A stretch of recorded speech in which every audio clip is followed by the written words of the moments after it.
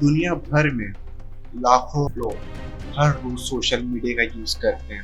तस्वीरें अपलोड करते हैं, स्क्रॉल करते हैं, स्टेटस अपडेट करते हैं, स्टोरीज लगाते हैं, फेसबुक में पोस्ट करते हैं, इंस्टा में पोस्ट करते हैं, ट्विटर में पोस्ट करते हैं और अपनी मन पसंदीदा चीज़ों को देखते हैं। मगर क्या उन्हें पता है इनकी स्टोरीज, इनके पोस्ट इस तरीके से इनका डाटा लीक हो रहा है। उनकी हर क्लिक, उनकी हर लाइक, उनकी हर डिसलाइक एक नया डाटा रास्ता बनाती है। लेकिन अक्सर लोगों को ये नहीं पता होता कि उनका डाटा लीक कहाँ हो रहा है। उनको ये नहीं पता होता कि उनका डाटा लीक हो रहा है और उस इंफॉर्मेशन, उस डाटा का मिसयूज भी हो सकता है। तुम समझते हो कि सोशल मीडिया तुम्हारे लिए एक एंटरटेनमेंट है, एंटरटेनमेंट बन चुका है। तुम क्लिक करोगे, लाइक करोगे, पोस्ट करोगे, वीडियो अपलोड करोगे, वीडियो बनाओगे।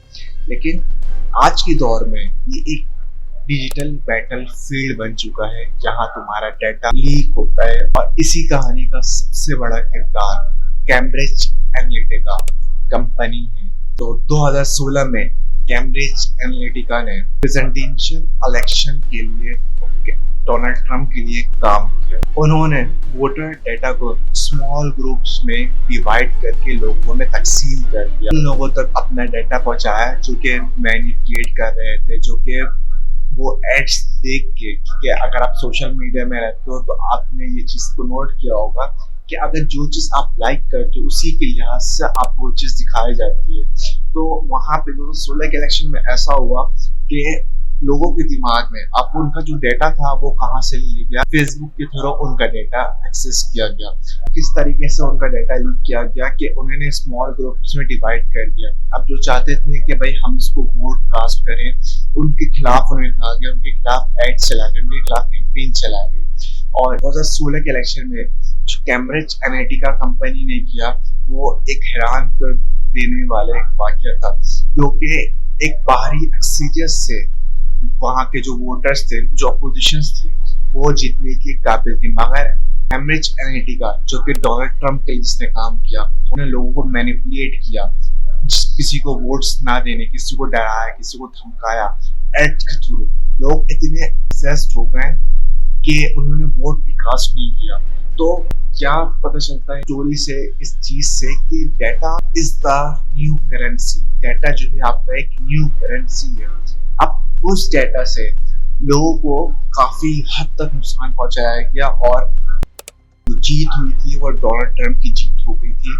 और उस कंपनी ने डोनाल्ड ट्रंप के लिए काम किया। उस कंपनी का गोल सिर्फ यही था, पहले तुम्हारा डाटा लूं, फिर तुम्हारे डाटा पे कंट्रोल करूं और फिर तुम्हारे ब्रेन पे उसके डाटा के जरिए कंट्रोल करेंगे, तुम्हारे ब्रेन को कंट्रोल कर लूं। अब 2018 में क्रिस्टोफर, जो कि कैम्ब्रिज एनालिटिका के एम्प्लॉय थे, उन्होंने बिल्कुल एक्सप्लेन किया कि किस तरीके से 2016 का इलेक्शन में धांधली की गई, किस तरीके से लोगों को कंफ्यूज किया गया इस डाटा लीक के जरिए।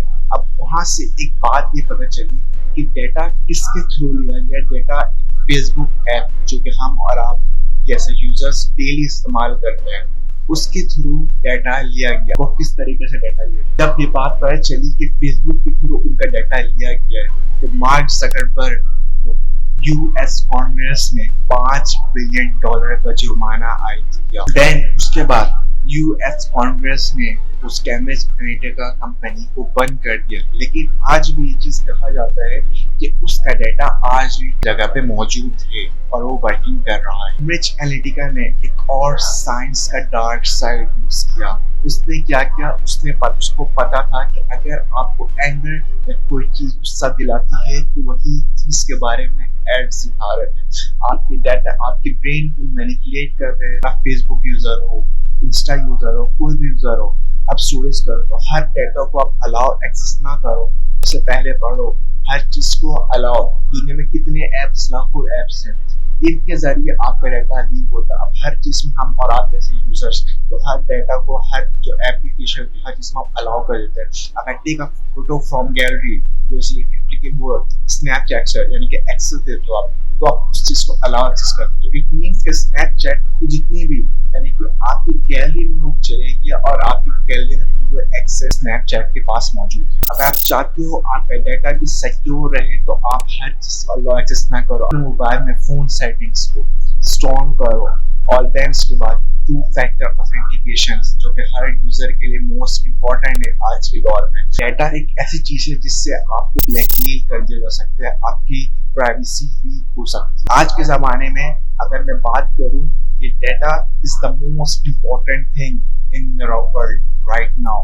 अगर डाटा है आपके पास तो पूरी दुनिया आपके हाथ पे है। आज के डिजिटल दौर में हर कुछ कनेक्टेड है। इसका मतलब ये हरगिज नहीं कि तुम्हारा कंट्रोल, तुम्हारा ब्रेन कंट्रोल किसी और के हाथ में है।